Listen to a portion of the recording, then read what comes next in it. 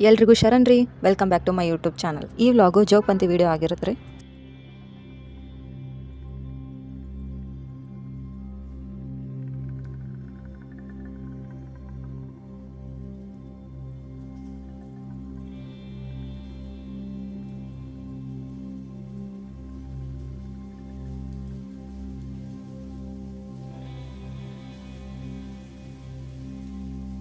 ಜೋಗಪಂತಿ ಅಂದರೆ ದೈವ ಸೇವೆಗೆ ಯಾರು ತೊಡಗಿರ್ತಾರೋ ಅವ್ರ ಜೊತೆಗೆ ಸೇರಿ ಮಾಡುವ ಒಂದು ಮಹತ್ವದ ಪೂಜೆ ಆಗಿದೆ ರೀ ಇದು. ಈ ಪೂಜೆನ ನೀವು ಮನೆಯಲ್ಲಾದರೂ ಮಾಡ್ಬೋದು ಅಥವಾ ಡೈರೆಕ್ಟ್ ನೀವು ಯಲ್ಲಮ್ಮ ಗುಡ್ಡಕ್ಕೆ ಹೋಗಿನೂ ಮಾಡ್ಬೋದು ರೀ ಇದು ಪೂಜೆ. ಈ ಪೂಜೆಯಲ್ಲಿ ವಿಶೇಷ ಎಂದರೆ ಜೋಗತಿಗಳು ಅಥವಾ ಜೋಗಪ್ಪ ಇವರು ಯಲ್ಲಮ್ಮ ದೇವಿಗೆ ಅರ್ಪಣೆ ಆದವರು ಎಂಬ ನಂಬಿಕೆ ಇದೆ ರೀ.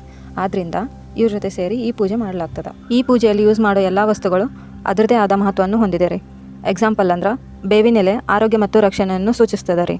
ತೆಂಗಿನಕಾಯಿ ಒಡೆಯೋದು ಅಹಂಕಾರ ಒಡೆಯುವುದನ್ನು ಸೂಚಿಸ್ತದ. ಈ ಪೂಜೆ ಮೇನ್ಲಿ ಕುಟುಂಬದ ಕಲ್ಯಾಣಕ್ಕಾಗಿ ಅಂದರೆ ಮನೆತನದಲ್ಲಿ ಆರೋಗ್ಯ, ಐಶ್ವರ್ಯ, ಶಾಂತಿಗಾಗಿ ಮತ್ತು ಎಲ್ರಿಗೂ ಒಳ್ಳೇದಾಗ್ಲಿ ಅಂತ ಮಾಡ್ತಾರ. ಸ್ವಲ್ಪ ಜನ ತಮ್ಮ ಪಾಪ ಪರಿಹಾರಕ್ಕಾಗಿ ಈ ಪೂಜೆ ಮಾಡ್ತಾರ. ಇನ್ನು ಕೆಲವರು ತಮ್ಮ ಬಯಕೆಗಳು ಪೂರ್ಣವಾದ ನಂತರ ಈ ಪೂಜೆ ಮಾಡ್ತಾರ್ರಿ.